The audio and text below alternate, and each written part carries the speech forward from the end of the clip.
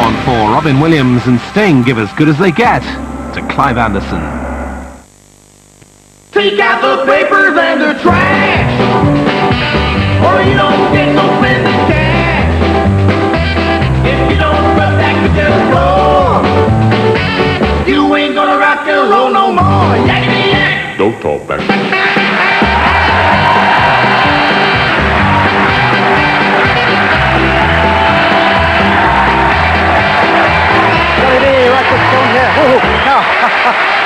Right.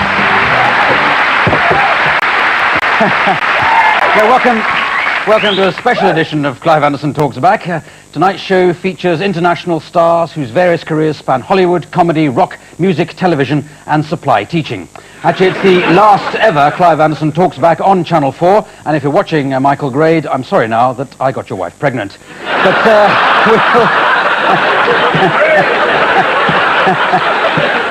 it was nice at the time. But let's do some photo news and commercial news in pictures, in fact. And this year's most successful new business award has gone to a firm of carpet fitters.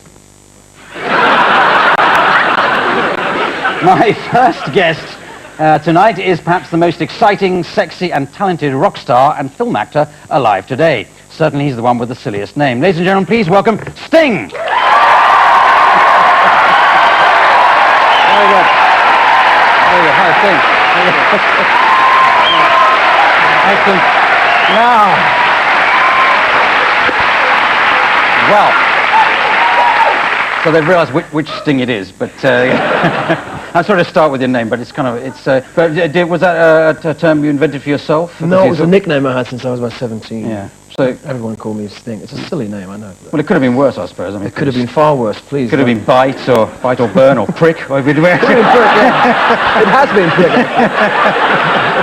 But you were, and just running quickly through your sort of back catalogues, you're famously the most famous ex-teacher around. Sure. So it's nice to have that to fall back on, should things go a bit... I'm not so sure they take me very seriously anymore. But when you first obviously in the police for younger viewers, and you're a very strong image. Not the police force, you have to tell them that. No. The police. But is that why you called it the police? So that you could say to your parents or something, oh, I've joined the police, and it wouldn't be... Yeah. You had a proper job. Yeah.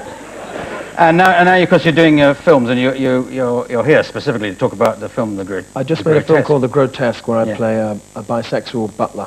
Yes. With homicidal tendencies. Yeah. But you tend to play a sort of, you're always playing a good-looking person, obviously, but good with a bit of sort of evil twinge to it. I like parts where I have to say very much. Yeah. Where I say very little. Sort of silent but deadly. Silent but... yeah. If that isn't an unfortunate... I've heard that somewhere before. Well, let's on that happy thought, why don't we have a look at a clip of The Grotesque, which it's got you and Alan Bates in it, and... Teresa Russell. Teresa Russell. Fletch, would you bring Herbert to the table? No, here you go, please. My dear, didn't you tell Fletch about Herbert? Come, Fletch. Meet Herbert.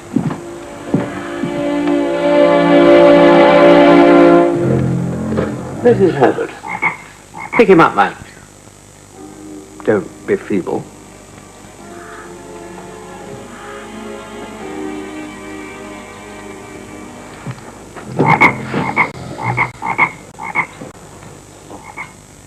Well done, Fledge. Very good indeed. The toad. Symbol of lust in the Christian church, Fledge. This is where we keep his lunch. Bring him to the table. Fine. You notice I have no lines in that scene.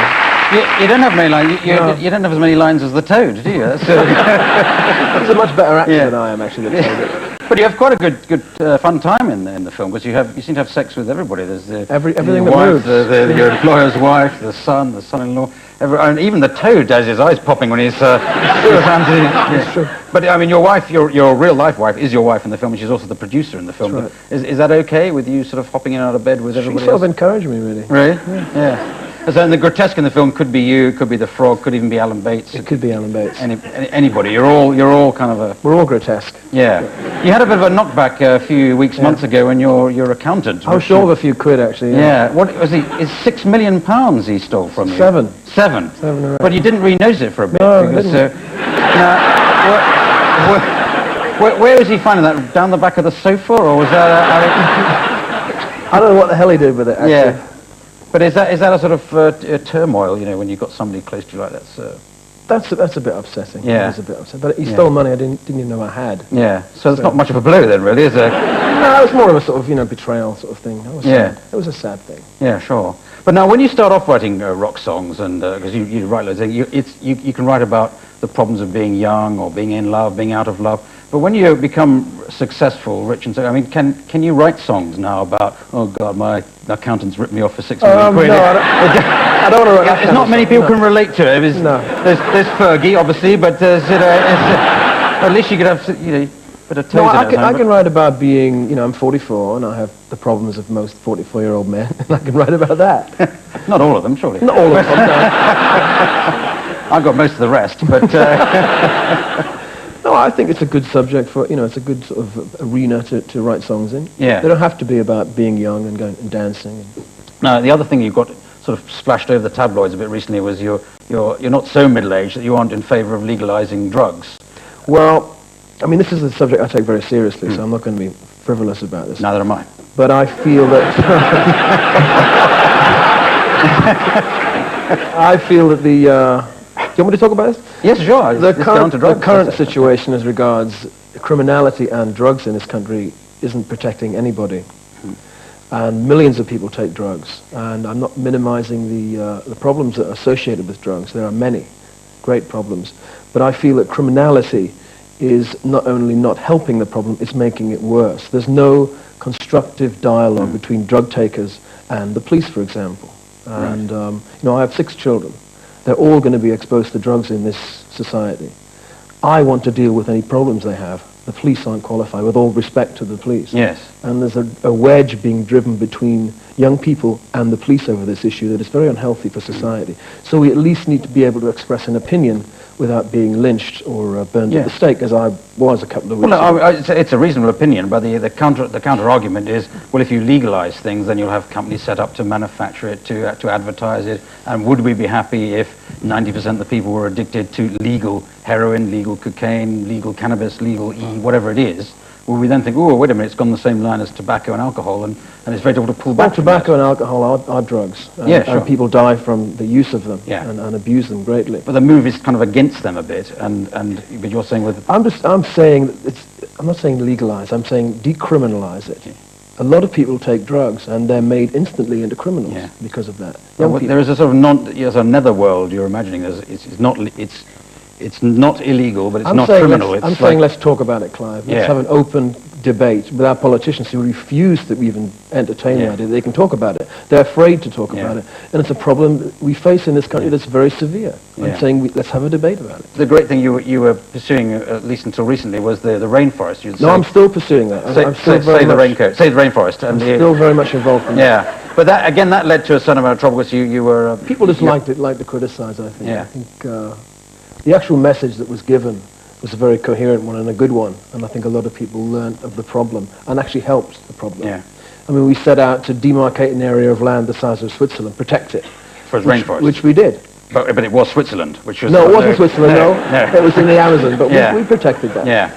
And I'm very proud of that. No, I'm not getting it for the issue, but again, it's just kind of a problem for famous people who say, listen to me, I'm famous, I make good records. Well, your job is to focus attention on an issue as a celebrity. That's all you can do. It's human nature that 50% of that attention will be negative. Yeah. That's just human nature, and you have to accept that equation. Otherwise, don't bother. But if 50% is positive, then that's worth doing. So you'll be carrying on that. Well, in recognition of your work with the rainforest, we'll sometimes make little awards on this programme. I'd like to, this special plaque there, to Sting, and to thank you for your work there. And this is beautiful, this is genuine mahogany, with a little bit of armadillo inlaid. So there's your Sting. We'll take a break after. Bye. Don't talk, man.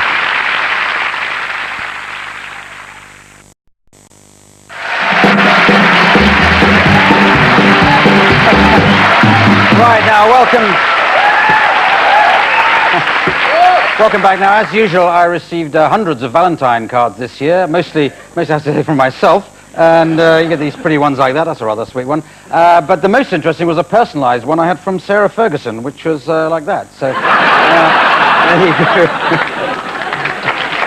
My last guest tonight is one of the biggest and funniest of Hollywood film stars. But he's still in the habit of performing stand-up comedy in out-of-the-way venues just to keep his hand in, which, let's face it, is how we managed to get him to come here tonight. Ladies and gentlemen, please welcome Robin Williams.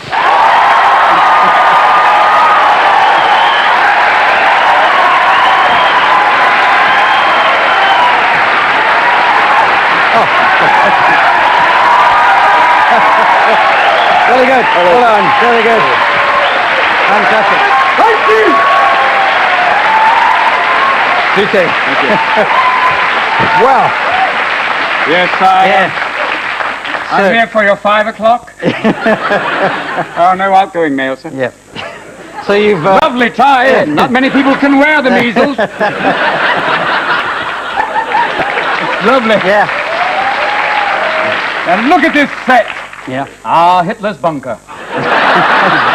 I was never a Nazi. I was just in the forest. I was collecting nuts. I was a Nazi. Yeah. No, let's start Is it. Fergie really that much in debt? Is it? Well, it was she was 1 million debt 1 minute, and then 3 million because she had a rollover week or something. Oh, so it was. That'd be great. Right. Now let's get back to you, now. Yes, let's do the question. Now let's go right back to the word game. Dance for me, white boy.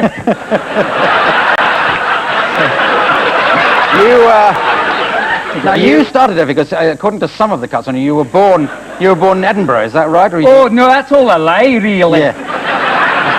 You go to Edinburgh, people all like that. You didn't have to say anything. It's one of the few towns that Sylvester Stallone is understood. No, I wasn't born there though, really. No. Oh, I've heard you say that repeatedly in stand-up. You Not say, me, sir. No, I've prepared an entire interview based around that one fact. All right, let's do it then. I'll pretend my name is Willie. Okay. Or can I take the name Prick if Sting's not going to use it?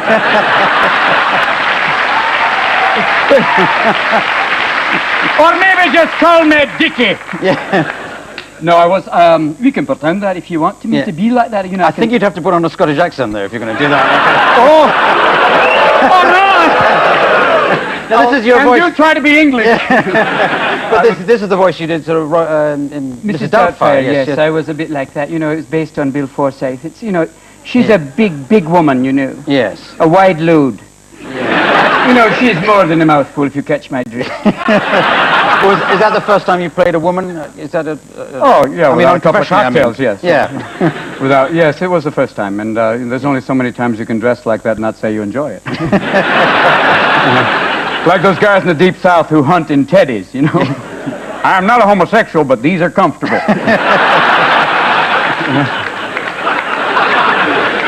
Because Peter Pan or Hook, you had to sort of you had a sort of bikini line. I had to sort of shit. Yeah. Did I say that? Yes. Here's my happy thought. I'm sorry. That's all right. No, I'm sorry. Relax. No, I'm sorry. Relax. No. Sit down. No. Oh, just relax. Relax. I'm sorry. Breathe. Realize men have nipples too. There you go. Rest yourself. Take a moment. Yes, as Peter Pan, I sort of shit. Yeah. I'm sorry. Wouldn't it be great? Look up. Oh, whoa. Yeah. Oh, boys, follow me. I'm sorry, it just came out. I don't know what... That's how it does. Yes, of course it does. If you're lucky. Yeah. But you think you're giving up that kind of part? Will you play more sort of serious or... I'll play... action, yeah. Me and Texas Chainsaw Circumcision. Watch out. He's back. He's a Jewish man with a vengeance. No, look, this movie I'm doing now is kind of an adventure, but it's still like a boyish part. Yes, it is. It's Jumanji, and it's based on like a board game. Yeah, it's based on a board game. Yeah, which is kind of crazy. I mean, they wouldn't do a film of Scrabble or something. Oh, that would be great, yeah. Well, Jumanji could be a Scrabble game. It could be. It also sounds like some sort of strange condition. I'm sorry you have Jumanji. Yeah. Which is where you have to eat Italian Jewish food for no reason. Yes.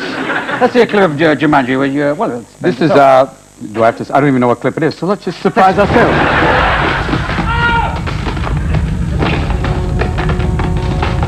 Run! It's a stampede! The game!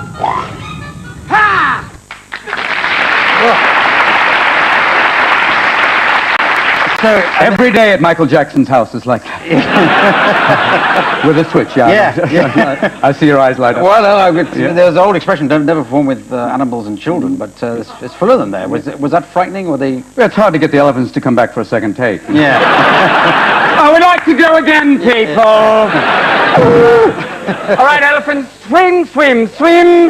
Rhino, rhino, go, all right? That's good. But they were... I mean, all of those animals, every single one of them is virtual. Virtual, so it's like a computer thing or It something. is virtual reality, Yeah. as we speak. It is. Right. So there's nothing, you're acting with nothing there. Nothing. It's Like working with Roger Moore. Yes.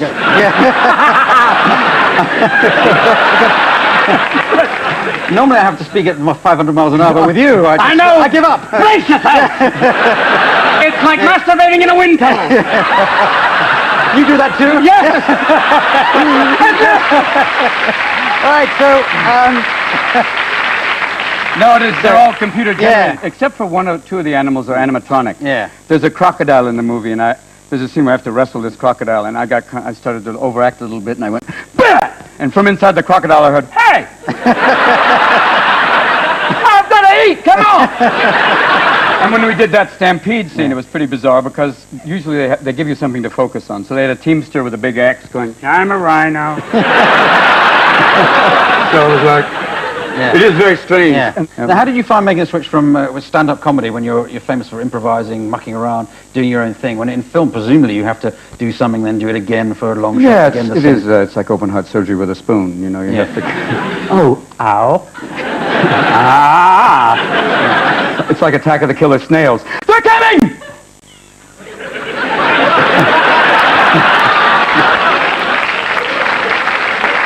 They're still coming! But it takes so long. But in Aladdin, you were able to get the best of both worlds. 'cause Oh, you it were- was great. It was Yeah. so much fun. It was Yeah. like 27 hours in a small room, and we all enjoyed that. And to do all the different voices, I mean, at first I started doing just a regular character. It was just more like, I will be your... And then they said, okay, try something else. I will come, my friend, come, what do you think? Hello, hello, hello. I went, okay, we'd like to live. Okay. And then I tried making, yo, rub my lamp, you know my name. What's up, Aladdin? And then I just started kicking it out, and that's when I started to throw in Jack Nicholson and, Brando. And I'd love to just see Brando as the genie. Just rub me, then let's eat. But it was wonderful, because you're right, that's the closest thing I've ever had to performance. Yeah. Yeah. But any chance of doing that again? I mean, you sort of Yeah, I started did it with Disney, didn't you? Yeah, we fell out for a moment, though. Yeah. You know, the mouse only has 4 fingers, so it can't pick up a check. Have you ever been to French Disneyland? It's quite wonderful. I mean, in Fantasyland is full of nice Parisians. Yeah, but it is... And Minnie Mouse has the arm hair hanging. I don't like you, Mickey! You are nothing to me, you are a rat! I don't care for you, I'm sleeping with Goofy, I don't love you. So we did fall out for a while, but then they apologized, so we're back. And they gave you a Picasso or something too. Not because of that, No. just because... Yes, they can. They can. I didn't know Picasso painted mice, but that was nice. Yeah. Now, are you doing all the other things that film stars seem to do? Have you got your own burger chain and stuff like that, and Planet Hollywood, or is there a Planet Robin Williams? Oh, that'd be frightening. Let me show you what's on the menu. It's a foot long. No, we don't. I do have a restaurant that I own. Yeah. Really? That I run with. I don't run it. No, get real. Let me finish. Right. It's partners with Robert De Niro and Francis Ford Coppola. Oh, right. And you, how'd you like the food? Were you talking to me? Okay, tonight we got wine. Sit down! But it's a wonderful restaurant, great one. In San Francisco, but there's no chain. There's not a bunch of Right. them. So I have to go to San Francisco. I want to eat there. I'll take you out there. So if you show up there, I'll take you out. Oh, that's very kind of you. That's, And you pick up the check. okay. No, you'll come. It's a wonderful Well, that's restaurant. very kind of you. Oh, no, seriously. No, I mean, that's so you're looking very at me like, no, right, okay. Yeah. Well, like I turn up for something in San Francisco. Hello, remember Hello, me? Robin. Who is this? Clive. Mr. Williams is dead. No, thank you. You haven't quite convinced me it even exists, sir. The idea of turning up. Well, ask Bob De Niro. I'm sure he'll tell you. Yeah. Oh, he's always coming through here. So. I know, yeah. He is a schmoozer, a kidder. Yeah. So what's next? I really don't know. I think I might perform. I might go on the road and start doing stand-up again. Yeah. Because... well, you do that. I mentioned in the introduction, you come over here. You only do it in England? You just turn up in a club and... I do it everywhere. Somebody sort of trying out his first act, and then on you come, and it's Robin Williams, and somebody else after you. Oh, well, it's great. Yeah. English clubs are tough, though. I went to an English club once, and before they even introduced the guy that was about to come out, somebody yelled, "Piss off!" You know, it's the type of club... I guess someone told a great story about there was a schizophrenic comic came on, and someone yelled from the audience, "Get off, both of you!" These clubs are rough. They're tough. Yeah, but in English clubs, do you have to sort of tailor your material, or you just come on and make references to Hollywood, and we get all that? So sometimes you talk about it. They seem to like... This character plays really well. Yeah. Because he's just, you know, the type of person that proves that Darwin was wrong. Yeah. And it's like, you know, it goes well. Yeah. It's, you know, when you talk about drugs and you're talking briefly about it, you know. Wouldn't it be wild if they legalized them so they could have, like, advertisements, you know? I've just painted the entire house. Damn it, I feel good. It's a breath mint and a lot more. New Diet Coke. I've lost 110 pounds. Well, what? But I like going on there because I also like, you know, a lot of the guys you have on Whose Line Is It Anyway? I know them from different improv groups. I also work with a lot of improv groups. Yes. Well, I say, we've been trying to get you on Whose Line Is It Anyway, but we can't afford this huge amount of money. You do it for the art only. Oh, no, sir. Yeah. Oh, Clive, after dinner we'll talk. So I'm flying over to San Francisco. Yeah. I'm booking you for... Whose line is it anyway? And then I'll go, Mr. Williams is still dead. Yeah. I'm very sorry about that. Very, very sorry. Well, what I've got here is a few sort of props left over from last... God bless you, sir. Toys. Well, it's just a hat. I just throw these things at people in the game. So I was in the resistance for 5 years. My job was to go up to Germans and go... So how about that one? Not that.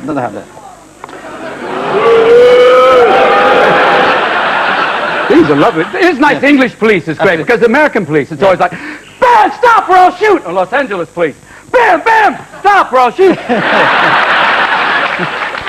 English police is stop or I'll say stop again. Oh, do stop. Damn it, stop. Come back, it's my job. How about that's more of a prop, more of a... Just take it, okay.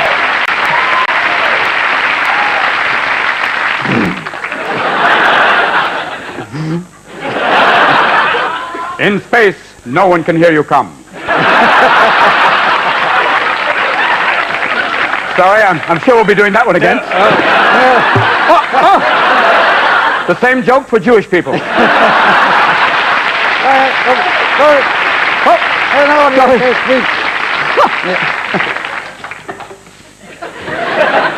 I've been living here for a long time.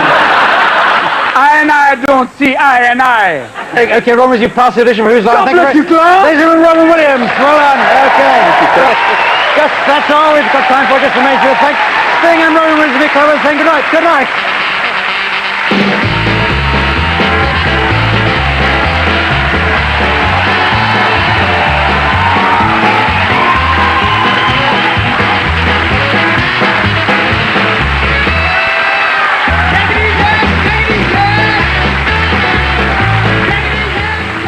And Robin Williams will be back on Channel 4 on Monday morning on The Big Breakfast between 7 and 9 on the bed with Millie Savage. Don't talk back.